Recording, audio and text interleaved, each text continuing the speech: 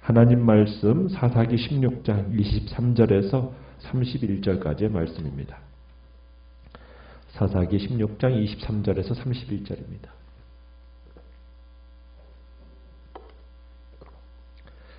사사기 16장 23절입니다.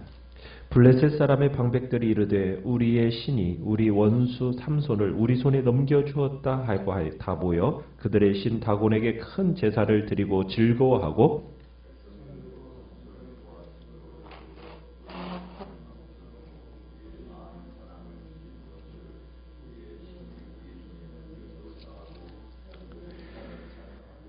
그들의 마음이 즐거울 때에 이르되 삼손을 불러다가 우리를 위하여 제주를 부리게 하자 하고 옥에서 삼손을 불러내매 삼손이 그들을 위하여 제주를 부리니라. 그들이 삼손을 두 기둥 사이에 세웠더니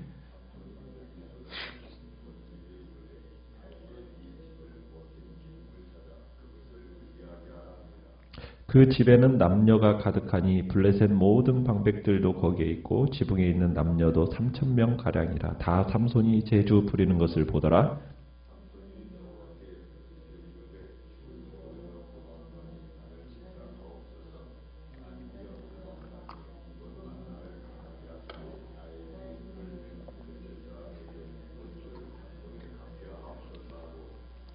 삼손이 집을 버틴 두 기둥 가운데 하나는 왼손으로 하나는 오른손으로 껴 의지하고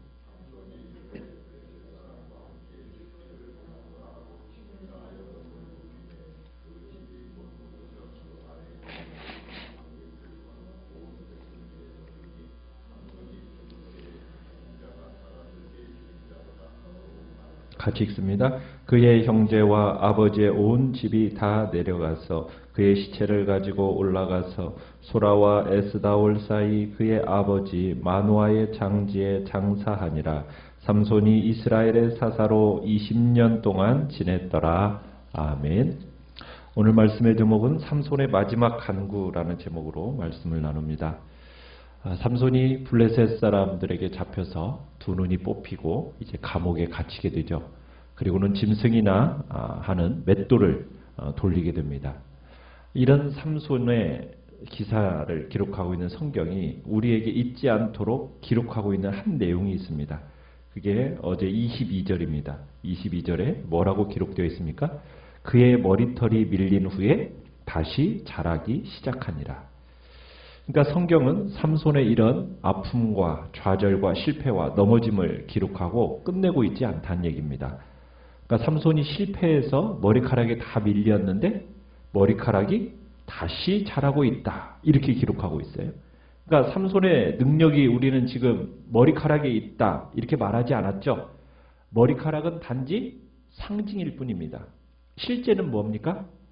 삼손의 능력의 근원은 여호와의 임재에 있었어요. 그러면 삼손의 머리카락이 지금 자라고 있다는 것은 무슨 이야기를 하고 싶어 하는 겁니까? 삼손이 두 눈이 다 뽑힌 채 감옥에 있지만 눈이 열리기 시작하고 있다는 거예요. 육체의 눈을 가지고 있을 때는 못 봤어요.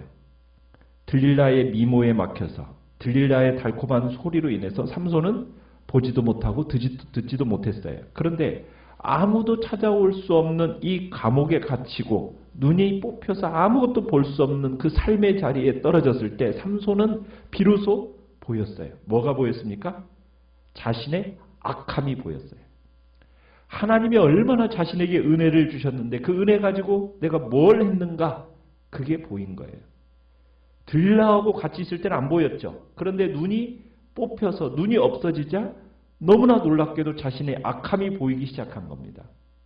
하나님이 베푸신 은혜, 하나님이 주신 그 복으로 내가 얼마나 방종하게 살았는지, 내가 하나님이 없는 삶을 선택하고 하나님과 관계없는 삶을 살아갔던 너무나도 어리석었던 자기의 모습이 보였던 겁니다. 아무도 찾아오지 않았던 그 감옥에 그곳에 누가 있었느냐? 하나님은 변함없이 신실하게 삼손 곁에 계셨던 거죠. 그러니까 들릴라에게 배반당하고 세상에게 내침을 당하자 변함없이 사랑하는 그 하나밖에 없는 하나님의 사랑이 가슴속에 다시 찾아온 겁니다. 그래서 삼손이 비로소 중심으로부터 하나님을 다시 찾고 부르기 시작하니까 뭐가 자라기 시작했다고요? 머리카락이 자라기 시작했다. 이렇게 얘기하고 있는 겁니다. 그러니까 주님의 임재의 권능이 조금씩 회복되고 있다. 이게 이제 우리에게 이야기하고 있는 내용입니다. 자, 블레셋 사람들이 이제 삼손의 머리 깎고 두 눈 뽑은 다음에 이제 다곤 신전에 이제 오늘 본문에 모였어요. 블레셋 사람들이 이제 삼손을 생포한 것을 기념하기 위해서 종교적인 축제를 연 겁니다. 그래서 다곤 신당에 모였어요. 자, 모여가지고 그들이 누구를 찬양하고 있습니까? 다곤을 찬양하고 있죠.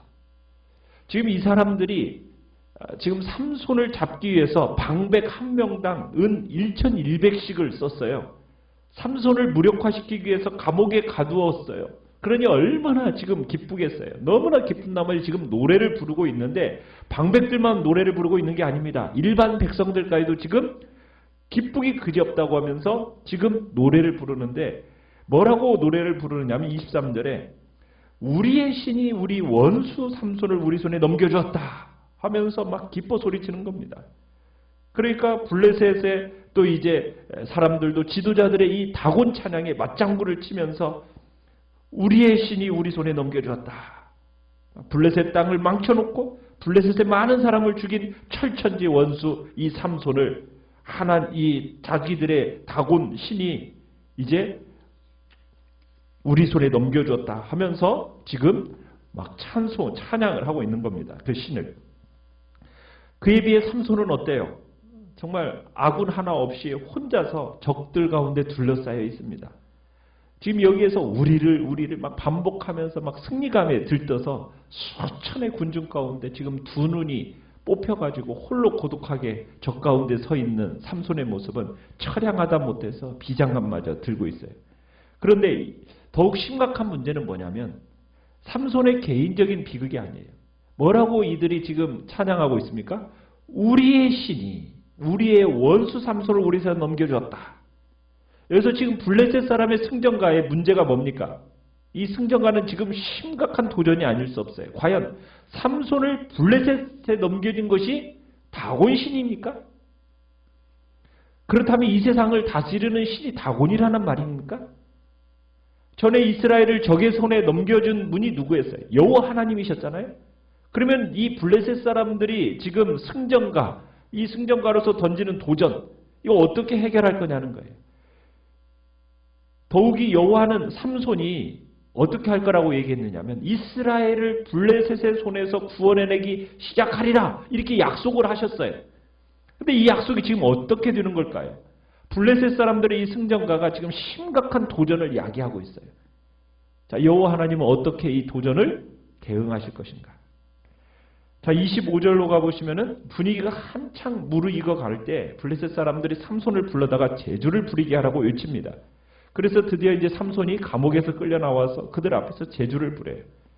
참 사자보다도 강했던 삼손이 적들 앞에서 재롱을 부리는 꼭두각시가 된 거죠. 블레셋 사람들은 삼손이 제주를 부리는 모습을 보면서 즐거워가지고 어쩔 줄을 몰라 합니다. 삼손이 이제 그들 앞에서 제주를 부리다가 잠시 쉬는 사이에 삼손이 그를 돕고 있던 소년의 안내를 받아가지고 다곤 신전을 버티고 있는 기둥, 그 기둥을 만질 수 있는 곳으로 가게 됩니다. 자, 기둥에 기대선 삼손. 28절에 보면 여호와 하나님께 매우 간절하게 기도를 하죠. 뭐라고 기도를 합니까? 주 여호와여 구하옵나니 나를 생각하옵소서. 하나님이여 구하옵나니 이번만 나로 강하게 하사 블레셋 사람이 나의 두 눈을 뺀 원수를 단번에 갚게 하옵소서 하면서 삼손이 여호와께 간절히 기도를 드립니다. 그런 다음에 신전의 상층부와 지붕을 받치고 있던 그 두 기둥 사이에 서서 이 두 기둥을 힘껏 밀면서 소리 지릅니다. 블레셋 사람과 함께 죽기를 원하노라. 눈도 없이 스스로의 힘으로 할 수 없는 것 같았습니다. 그런데 여호와 하나님을 의지하면서 사라이 이렇게 양쪽 기둥을 밀었더니 어떤 일이 일어나게 되었습니까? 삼손이 이날 죽인 블레셋 사람의 숫자가 살아있을 때 죽인 사람의 숫자보다 더 많았다. 이렇게 기록하고 있어요. 이날 그 자리에 얼마나 많은 블레셋 사람들이 참석했는지는 모릅니다. 그러나 옥상에서 삼손을 지켜본 사람만 몇 명이라고 얘기하고 있어요? 3,000명이라고 얘기하고 있어요. 그러니까 삼손은 죽어서 더 능력 있는 사사가 되었다는 거죠. 사사로서의 부름을 죽는 순간에 더 영화스럽게 감당했다. 이렇게 지금 하나님께서 마지막에 영광스럽게 사사의 사명을 감당할 수 있는 복을 주셨다. 지금 이렇게 하고 마무리가 되고 있어요. 하나님이 삼손의 그 간구를 들으신 이유가 무엇이겠습니까? 블레셋 사람들이 우리의 신이 우리 원수의 삼손을 우리 손에 넘겨주었다. 지금 블레셋 사람들은 그들의 신 다곤과 함께 다곤 신전에서 떼죽임을 당했어요. 삼손을 블레셋 사람들이 넘겨준 것은 다곤 신이 아니었다는 거죠. 여호와 하나님이시고 다곤은 어떤 능력도 없는 우상에 불과하다는 겁니다. 그러니까 살아계신 하나님은 다곤 신이 아니라 오직 여호와 하나님 한 분뿐이시라는 것을 하나님은 삼손을 통해서 그 삼손의 죽음을 통해서 블레셋 사람들에게 보여주고 계신 거죠. 자, 그래서 이제 그가 죽었다는 소식을 듣고서는 친척들이 찾아와서 31절에 보면 죽음을 가져다가 소라와 에스다올 사이에 있는 그의 아버지 마노아의 무덤에 묻어주었다고 얘기합니다. 이것은 소라와 에스다올 사이는 그가 어렸을 때 자랐던 곳이기도 하지만 여호와의 영을 처음 경험했던 곳이 바로 그곳입니다. 그러니까 삼손의 이야기가 처음 시작한 곳으로 돌아와서 지금 막을 내리고 있는데 그리고 그의 가족의 묘에 묻혔다고 하는데 이것은 일종의 행복한 결말이에요. 고대 사람들은 죽어서 조상들과 함께 묻히는 것을 신의 축복이라고 여겼기 때문입니다. 우리 기독교는 우리에게 죄를 피 흘려가며 싸우라고 가르치고 있어요. 그렇지만 우리가 이 죄에 넘어져서 혹은 실패해서 우리가 죄 가운데 빠져 있을 때 절대로 넘어진 그 상태로 머물러 있지 말라고 가르치고 있어요. 넘어진 자리에서 어떻게 하라고요? 다시 일어나라는 거예요. 그리고는 죄와 피 흘려 다시 싸우도록 부르시는 분이 하나님이라고. 그래서 그 하나님의 영광스러운 부름을 감당하는 자리로 다시 일어나서 가라. 이게 성경의 가르침입니다. 우리가 이게 무슨 자격이 있어서가 아니에요. 이 삼손과 다르게 하나님은 변함없이 진실하게 지금 삼손 옆에 계시는 분이에요. 넘어진 자리가 실패 같지만 여러분 실패한 그 자리에서 다시 하나님을 의지하고 일어서는 자리가 되라고 성경은 얘기하고 있는 거죠. 그래서 기독교는 부활의 종교고 기독교는 생명이 붙어있는 한 누구를 향해서 너는 안 돼 이렇게 말할 수가 없다라는 거죠. 생명이 끊어지기 전까지 모든 사람은 깨달은 그 순간부터 새로운 삶을 살 수 있기 때문입니다. 우리는 충성스럽지 못한 존재들이에요. 우리는 하나님이 주시는 복을 가지고 세상에게 마음을 빼앗기고 나를 자랑하기가 바쁜 어떻게 보면 악하고 부패한 존재들입니다. 우리는 변덕스러워요. 그러나 우리가 믿고 의지하는 하나님은 어떤 분이십니까? 변함없이 신실하신 분이고 참되신 분이십니다.